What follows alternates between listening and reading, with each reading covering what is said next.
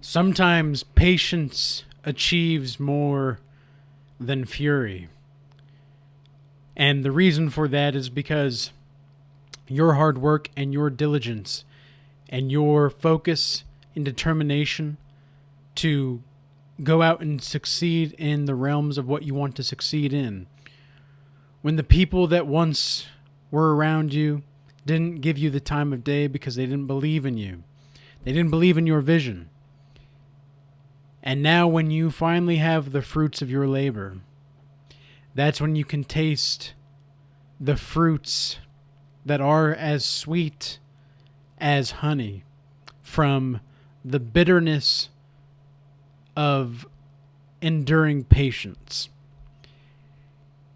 You know, there's a quote from John Dryden, I believe is how you pronounce his name. But he says, "Beware the fury of a patient man." And I say, beware of the destruction that comes from God's work through patience. In this video, I want to talk about why people come back and how people come back to you when they start to see that you're doing good. It's like, oh, whether this is a ex relationship or a family member that you had to cut off or a friend that you were just no longer close with, etc. These are not the kinds of people that you can keep at a distance and you're acquaintances with them, but you know, you don't really get close. You just keep a mutual acknowledgement of their existence, and things are just okay. Yeah, they're a bit surface level, but you know them and they know you, and you just have mutual respect, even though there's not a pure depth to the relationship. You know, that's not the kind of people that we're talking about. Because sometimes there are people that I can see without months, and then we meet up and it's just fine. And it's as if all that time just went away. You know, it's nice to catch up, and then we go about our business. But these people that we're going to talk about in this video, these are not the kinds of people like that. They are the ones that did you dirty. And, you know, it's funny because it just seems to keep happening to me. This happened about a week and a half, 2 weeks ago, with a woman that rejected me 4 or 5 years ago. And she saw me and her jaw dropped when she saw me with her boy toy. And the boy toy was just not someone that you would want to be seen out in public with necessarily. But today, a couple different things have happened. It's almost like the women that have had boyfriends or that are married or anything like that, that are trying to get my attention. I don't know what exactly happened, but today all of a sudden they all just, it was like a moth, like moths to a flame, you know. It was just all of a sudden out of nowhere. And not only that, but some other people from my past that I would have rather never ever seen again, I saw today. And I looked them in the eye sternly and just noticed the fear and the shame almost that they had. And it's not like I was proud that they were fearful or shameful. It was more like a, that's right, man. You thought that I wouldn't be able to do the things that I'm doing. And here we are, passing by. And boy, is it good to see the look on your face. Because God does not like funky people.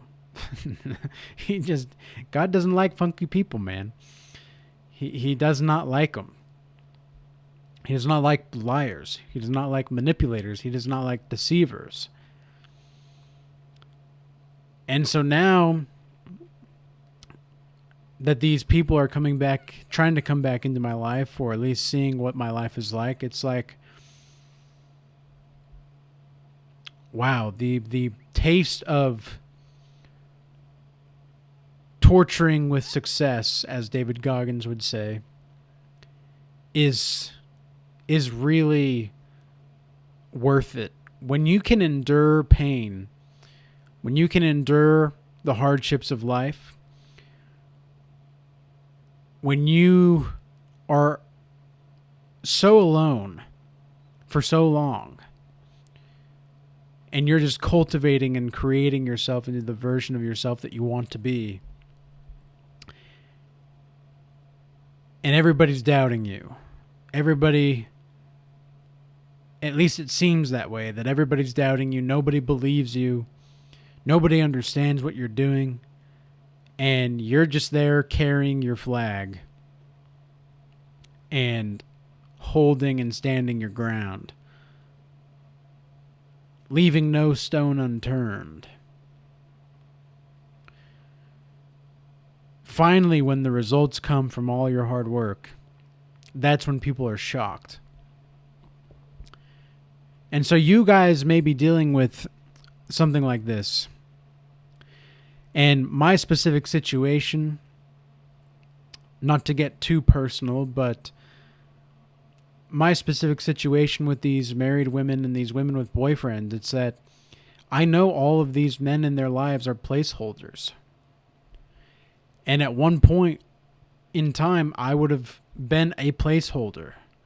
But I do not like being on this side where women I know women are willing to cheat and risk everything to just have one opportunity.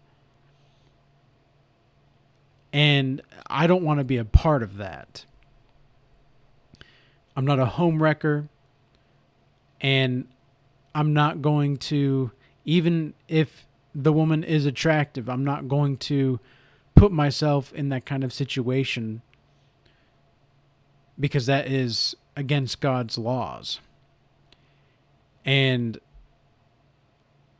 I know what happens when we do not follow God's laws. Destruction will come through your own vanity. And so when you see these people that are humbled, after you can tell them no and be confident and okay with telling them no, even if you may want to do the things that you do, then you're capable of building yourself into a better version of who you want to be. You're curating and crafting yourself into being. But with you guys, I know this has happened to me in my past, but for some reason, God's placed it on my heart to talk about this, is someone is going through some kind of relationship where there's someone that keeps coming back and ghosts them, and keeps coming back and ghosts them. When people come back and then they ghost you, what they really wanted is to just spark a emotional response out of you, to see if they still have their hooks in you, so to speak. And usually these kinds of people are narcissists. And whenever you're involved with a narcissist, is just not a pleasant situation to be in.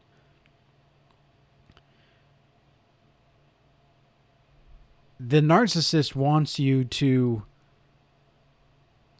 view yourself as insignificant as possible, so that the goodness that you do provide will be extracted, or at least be able to be extracted by the narcissist. Because the narcissist cannot generate self-confidence, self-esteem. They take it from other people. And so, especially if you've been involved sexually with someone and they try to come back into your life, and if you have any kind of soul tie still there, then you're going to be emotionally triggered. Well, what do you do when you're emotionally triggered? You have to remove yourself from the equation. Because obviously, if you're still emotionally triggered and involved in the situation, then you must not be too keen on wanting something better for yourself just yet. You're still grieving the relationship to some degree, even though you may not even know it. You may not even know that you're still processing what happened with that relationship. But this happens with friends too, This happens with friends too. I've had friends in the past where it's almost like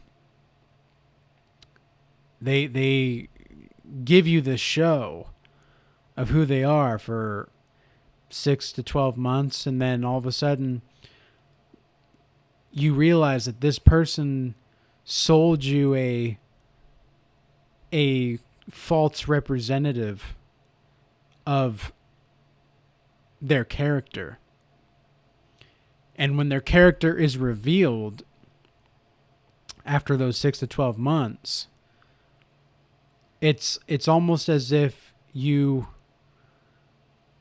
it's like buying steak at the grocery store, and then when you get home and you cook it and you're getting it prepared, you're getting ready to eat it, you realize that it's a vegan steak or something, like one of those have you guys seen those new like plant-based meats?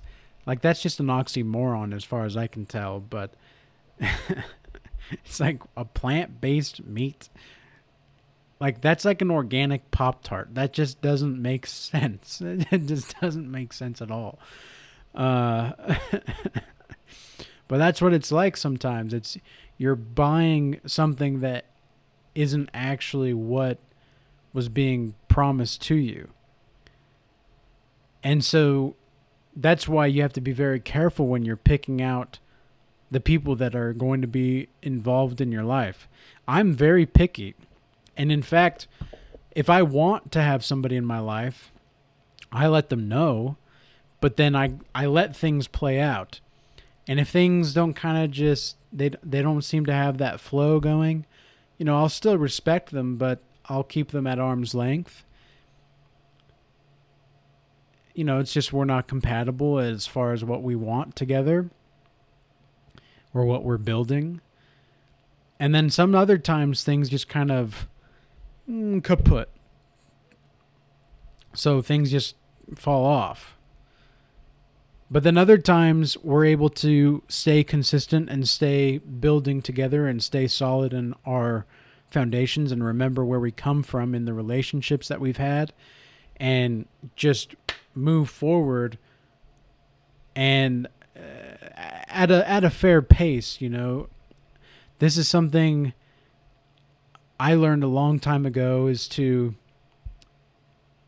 it's never a bad thing to let someone know that you want to be with them in their life and you want them in your life. There's nothing wrong with that. Like, there's nothing wrong with being completely honest about that. Whether it's friend or family or someone that you want to be in a relationship with. There's nothing wrong with that. But when you rush and you don't process your emotions, that's when things can get out of hand. And so you want to stay grounded. You want to stay doing what you need to do. You have your life, they have theirs. And you can merge, or you can just live side by side in a parallel universe, so to speak. But it's not like you guys are trying to hurt each other or anything. It's just things aren't going to be as close as you may have once wanted them to be. But sometimes in those situations, people will come back to you. And it's up to you whether or not you want to accept that. But I will never, ever recommend you see what they say or take what they say at face value if they're trying to come back after you've already been dealing with them to some degree. They have to show you something. They have to show you something different. They have to show you that they're changing. And they want to change. They want to grow. So keep that in mind as you're moving forward in this life.